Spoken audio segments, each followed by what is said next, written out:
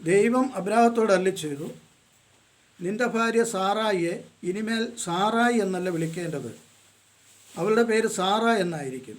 ഞാൻ അവളെ അനുഗ്രഹിക്കും, അവളിൽ നിന്ന് ഞാൻ നിനക്ക് ഒരു പുത്രനെ തരും. അവളെ ഞാൻ അനുഗ്രഹിക്കും, അവൾ ജനതകളുടെ മാതാവാകും. അവളിൽ നിന്ന് ജനതകളുടെ രാജാക്കന്മാർ ഉത്ഭവിക്കും. ദൈവം അബ്രാഹത്തോട് പറഞ്ഞ വചനഭാഗങ്ങളാണ് നാം ശ്രവിച്ചത്. തൻ്റെ ഭാര്യയായ സാറായിയെ ദൈവം പേരുമാറ്റി സാറ എന്ന് വിളിച്ചു, പുനർനാമകരണം ചെയ്തു. ഒരുപക്ഷെ ദൈവം നേരിട്ട് പുനർനാമകരണം ചെയ്യപ്പെടുന്ന ഒരു സ്ത്രീ ബൈബിളിൽ സാറ മാത്രമായിരിക്കും. അപ്പോൾ ദൈവം എത്രമാത്രം സ്ത്രീകൾക്ക് പ്രാധാന്യം നൽകുന്നുണ്ട്, ദൈവത്തിൻ്റെ രക്ഷാകര പദ്ധതിയിൽ സ്ത്രീകൾക്ക് നൽകുന്ന പ്രാധാന്യം എത്രമാത്രം വലുതാണ് എന്നാണ് നമ്മൾ ഈ തിരുവചനങ്ങളിലൂടെ മനസ്സിലാക്കേണ്ടത്. ദൈവം തൻ്റെ സൃഷ്ടികർമ്മത്തിൽ പുരുഷനെയും സ്ത്രീയെയും തുല്യ പ്രാധാന്യത്തോടുകൂടിയാണ് സൃഷ്ടിച്ചത്. എന്നാൽ നമ്മുടെ സമൂഹം സ്ത്രീകളെ ബലഹീന കഥാപാത്രമാക്കി മാറ്റി നിർത്തിയിരിക്കുക. സ്ത്രീകൾ ഒരിക്കലും ബലഹീന കഥാപാത്രമോ അബലകളോ അല്ല. അവർ പുരുഷനോടൊപ്പം ശക്തരും തുല്യ പ്രാധാന്യം അർഹിക്കുന്നവരുമാണ്. എന്നാൽ പുരുഷ മേധാവിത്വം സ്ത്രീകളുടെ മേൽ അടിച്ചേൽപ്പിക്കുന്ന ഒരു പ്രവണതയാണ് സ്ത്രീകൾ ബലഹീന കഥാപാത്രമാണ്, അവൾ അബലയാണ് എന്നുള്ളത്. ഒരുപക്ഷെ എനിക്ക് മനസ്സിലാക്കാൻ സാധിക്കുന്നത് സ്ത്രീകളല്ല ബലഹീന കഥാപാത്രം, പുരുഷന്മാരാണ്. അതുകൊണ്ടാണ് ദൈവത്തിൻ്റെ സ്നേഹത്തിൽ നിന്ന ആദം സ്ത്രീയുടെ വാക്ക് കേട്ടുകൊണ്ട് അനുസരണക്കേട് കാട്ടിയത്. ഇവിടെയും സാറായുടെ വാക്ക് കേട്ടുകൊണ്ട് അബ്രാഹാം വിശ്വാസത്യാഗം അല്ലെ അനുസരണക്കേട് കാട്ടുകയാണ്. ദൈവം വിളിച്ചു വേർതിരിച്ച മനുഷ്യൻ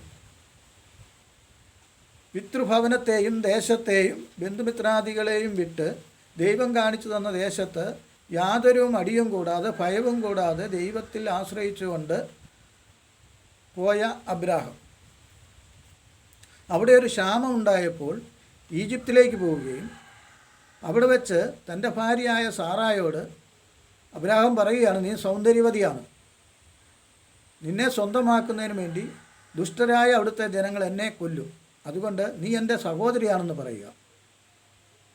അബ്രാഹത്തിലൂടെ അവൻ്റെ ഭാര്യയായ സാറായിലൂടെ ലോകത്തെ അനുഗ്രഹിക്കുമെന്ന് പറഞ്ഞ ദൈവത്തിൻ്റെ വാക്ക് കേട്ട് ഇറങ്ങിത്തിരിച്ച അബ്രാഹാം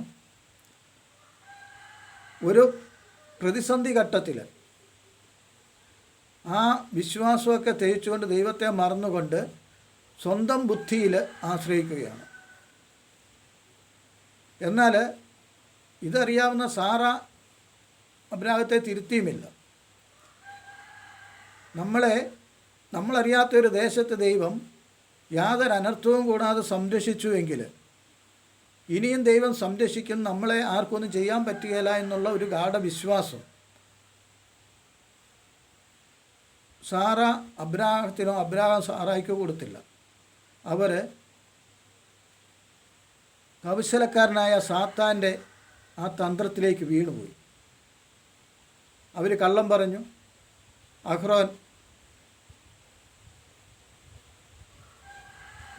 ഫറവോ, ഈജിപ്തിലെ ഫറവോ സാറായെ വിവാഹം കഴിക്കുന്നു. എന്നാൽ ദൈവം ഫറവോയെ ശിക്ഷിച്ചുകൊണ്ട് അവളെ സ്വതന്ത്രയാക്കുന്നു. ഇത്രയും ദൈവിക സാന്നിധ്യം മനസ്സിലാക്കിയ സാറ 18-ാം അധ്യായത്തിലേക്ക് കടന്നു വരുമ്പോൾ 16-ാം അധ്യായത്തിലേക്ക് കടന്നു വരുമ്പോൾ വീണ്ടും അവിശ്വസ്തത കാണിക്കാൻ തൻ്റെ ഭർത്താവിനെ പ്രേരിപ്പിക്കുകയാണ്. സാറായി അബ്രാഹാമിനോട് പറഞ്ഞു, മക്കളുണ്ടാവാൻ ദൈവം എനിക്ക് വരം തന്നിട്ടില്ല, നിങ്ങൾ എൻ്റെ ദാസിയെ പ്രാപിക്കുക, ഒരുപക്ഷെ അവൾ മൂലം എനിക്ക് കുഞ്ഞുങ്ങളുണ്ടായേക്കാം. അബ്രാം സാറായിയുടെ വാക്ക് അനുസരിച്ചു. അപ്പോൾ ഇവിടെ ദൈവത്തിൻ്റെ സ്വരം മറന്നുകൊണ്ട് ദൈവത്തിൻ്റെ സ്വരം ശ്രവിച്ചുകൊണ്ടിരുന്ന അബ്രാഹാം ഒരു നിമിഷം തൻ്റെ ഭാര്യയുടെ സ്വരം ശ്രവിക്കുകയാണ് ചെയ്യുന്നത്. ഒന്നീ സാറായുടെ കരച്ചിലാകാം, അവളുടെ പ്രയാസം കണ്ടിട്ടാവാം. എന്തായാലും അബ്രാഹാം സാറായുടെ കെണിയിൽ വീണു. അബ്രാഹാം അവളുടെ ദാസിയെ പ്രാപിച്ചു. ദൈവം വാഗ്ദാനം ചെയ്തത് അബ്രാഹത്തിൻ്റെ ഭാര്യ സാറായിലൂടെ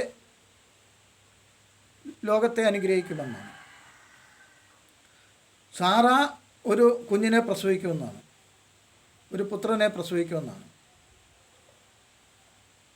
പ്രിയമുള്ളവരെ, അപ്പോൾ ദൈവം ഒരു സ്ത്രീയെ എത്രമാത്രം ഉയർത്തിയോ ആ സ്ത്രീയെ എത്രമാത്രം താഴ്ത്തിക്കെട്ടാമോ അതാണ് കൗശലക്കാരനായ സാത്താൻ ശ്രമിച്ചുകൊണ്ടിരിക്കുക. അതിന് അവൻ എടുക്കുന്ന തന്ത്രമെന്ന് പറയുന്നത് സ്ത്രീയുടെ അറിവിലേക്ക്, അവളുടെ സൗന്ദര്യ ആസ്വാദത്തിലേക്ക്, അവളുടെ ചിന്തയിലേക്ക് കടന്നു ചെല്ലുക എന്നുള്ളതാണ്. അങ്ങനെ കടന്നു ചെന്നുകൊണ്ടാണ് പഴം പറിച്ച് തിന്നാൻ സാത്താൻ ഹവ്വായെ പ്രേരിപ്പിച്ചത്. അതുതന്നെയാണ് ഇവിടെയും സംഭവിച്ചത്. ഇന്നും നമ്മുടെ സമൂഹത്തിൽ കടന്നു വരുന്ന ഒരു വലിയ സാത്താനിക പ്രതിസന്ധിയാണ് പല കുടുംബങ്ങളിലും. ഭർത്താക്കന്മാരുടെ സ്ഥാനത്ത് ഭാര്യമാർ ആ സ്ഥാനം അലങ്കരിക്കുക. അവിടെ പലപ്പോഴും അസ്വസ്ഥതയും മുറുമുറുപ്പും ഭിന്നിപ്പുമാണ്. സ്നേഹത്തിൻ്റെ കൂട്ടായ്മയ്ക്ക് പകരം ഭിന്നിപ്പിൻ്റെ കൂട്ടായ്മയായിട്ട് മാറുന്നു. നമ്മുടെ സമൂഹത്തിലും അത് കാണാനായിട്ട് സാധിക്കും. സ്ത്രീയുടെ വാക്ക് കേട്ടുകൊണ്ട്, അവളുടെ കണ്ണീര് കണ്ടുകൊണ്ട്, അവളുടെ വാക്ചാതുര്യം കണ്ടുകൊണ്ട്, അവളുടെ സൗന്ദര്യം കണ്ടുകൊണ്ട് അവളുടെ ഇഷ്ടത്തിന് വീണു പോകുന്ന പുരുഷനാണ് യഥാർത്ഥത്തിൽ ബലഹീന കഥാപാത്രം, അല്ലെ അബലൻ എന്ന് പറയപ്പെടുക.